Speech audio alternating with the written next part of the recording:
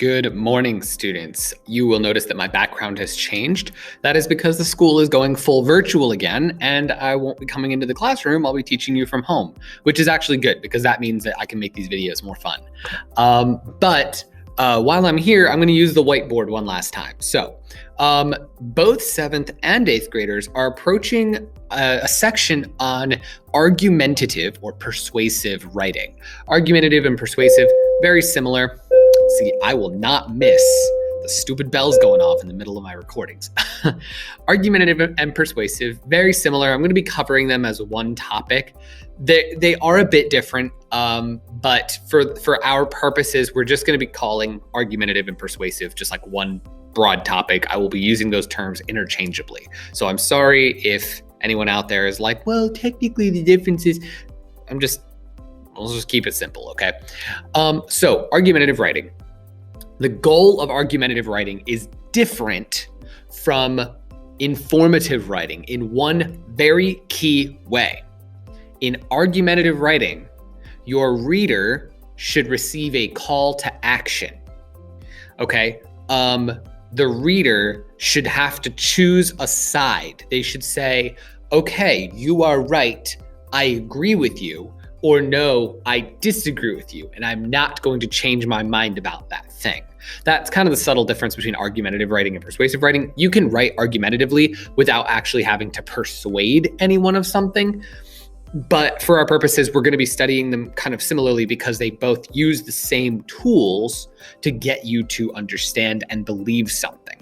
Okay, so argumentative writing, you should have an actual position. Now, before I begin breaking down our three key concepts between argumentative and persuasive writing, I just want to make sure we understand what the word argument means. In writing, an argument is not bickering between two people. It's not a fight.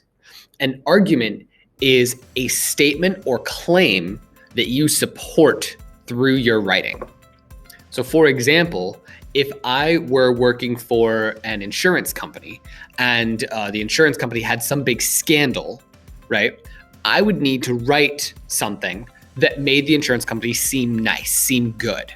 Okay, so I would want to persuade you that, oh, our products are still good. You can still trust the company, right? I could come across with that idea. The claim that I'm making is that the company is good, the company is sound. On a more personal level, if you were making an argument for a school paper, you need to defend why you think lunches should be 15 minutes longer. Now you're like, well, yeah, I want 15 minutes more of lunch, right? So you have to now come up with an idea and defend it against people who say, no, lunch is the right length already, or lunch should be shorter, ooh, right? Your argument is not literally you yelling and screaming. Your argument is a position that you're going to defend. All right, hopefully we understand that. So when we say argument, we don't mean a fight. We don't mean dialogue between two people. We mean a position that you defend. Oh, wow, look at that. The three things I needed to talk about just appeared. Okay, cool. Let's get started on these. These three ideas you have probably heard before, and if you haven't, then I'm going to teach them to you. These three ideas are the primary means by which we help convince people of our arguments, okay? They are ethos, pathos, and logos. Now you're like, why do they sound funny? Well, because these are ancient Greek words, all right? Ethos means your credibility. It means how important you are. Pathos means your emotions, and logos means logic. The two easiest to remember, in my opinion, are pathos and logos, because pathos has to do with your emotions, and there's lots of words that we use today that still use path as a root word, like sympathy, empathy, right? If you feel sympathy for something, you feel for them. Or psychopathy, right? A psychopath, meaning they do not have emotion, okay? So that's how you can remember that one. And logos, it sounds like logic, which is what it is. I also use three colors that might help you remember: purple for importance, red for emotion, and blue for logic. I'm throwing my pens everywhere. That's not logical. Okay, so let's start breaking these down and giving you an example of what they mean. Bam, look, so fast, it just appeared out of nowhere.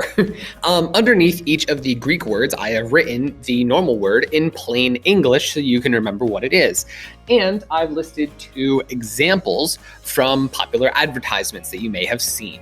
Okay, so let's start from left to right because that's how we read.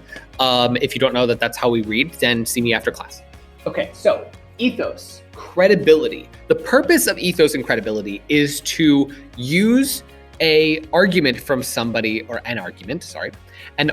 somebody who is important enough that their opinion matters. You guys are 7th and 8th graders. You have very, very strong opinions about things, but not a lot of experience to back them up. So when you're like, lunch should be 45 minutes, there's a lot of administrators and school people and things who are like, oh, well, we know better, so we're going to say it's different. They might be wrong, but they do have the experience and they have done the studies and read the research and made the decisions. So they have the credibility to make these statements. You would not trust your parents to tell you where to go hide on Fortnite or what's the best way to build your Minecraft castle or, whatever. Personally, my dad would always ask me to stop playing RuneScape. And I'm like, I literally cannot. It is an online game. I cannot pause it, but I will log off. It's not that hard to log off, guys. Hey, okay. All right. So credibility. All right. Does the person making the argument have the experience or the schooling necessary to back up their claim? Okay, so examples of this in advertisement are the phrase, 9 out of 10 doctors recommend some toothpaste or whatever, right? When they say 9 out of 10 doctors, they're using the idea that doctors are trustworthy. And they're saying, well, most doctors, people who went to school for a very long time to learn how to help you, all agree that this is the best thing that you should take. So you're going to be like, okay, well, if all the doctors are going to say that, my doctor would probably say that. So I'm just going to go with it. Okay. But ethos and credibility is tricky. And sometimes it's not about doctors. Sometimes it's just about tricking people into trusting you. And this is where celebrities come into play. So if you've seen any commercials with like Tony the Tiger and Shaq arguing back and forth, what does Shaq have to do with breakfast cereal, right? That dude could eat like 4 children in an afternoon. Why does he need to eat breakfast cereal, right? The dude's probably never touched a Cheerio in his life. But he's going to sell you breakfast cereal because he was paid to do it. And you're going to be like, yes, Shaq, because you like him. You like Shaq. Who doesn't like Shaq? And he's going to try to sell you some Frosted Flakes. Cool. Sugar-covered corn. Awesome. Let's just eat caramel corn for breakfast. Pathos is next. This is emotion. An example of this in advertising is the famous, it's 3 o'clock. Do you know where your kids are? Right? And it's like an advertisement for after school activities and, extracurriculars and daycare, whatever. I don't even remember. But it's, to get your kids to enroll in an after school program so that they don't go do drugs or whatever.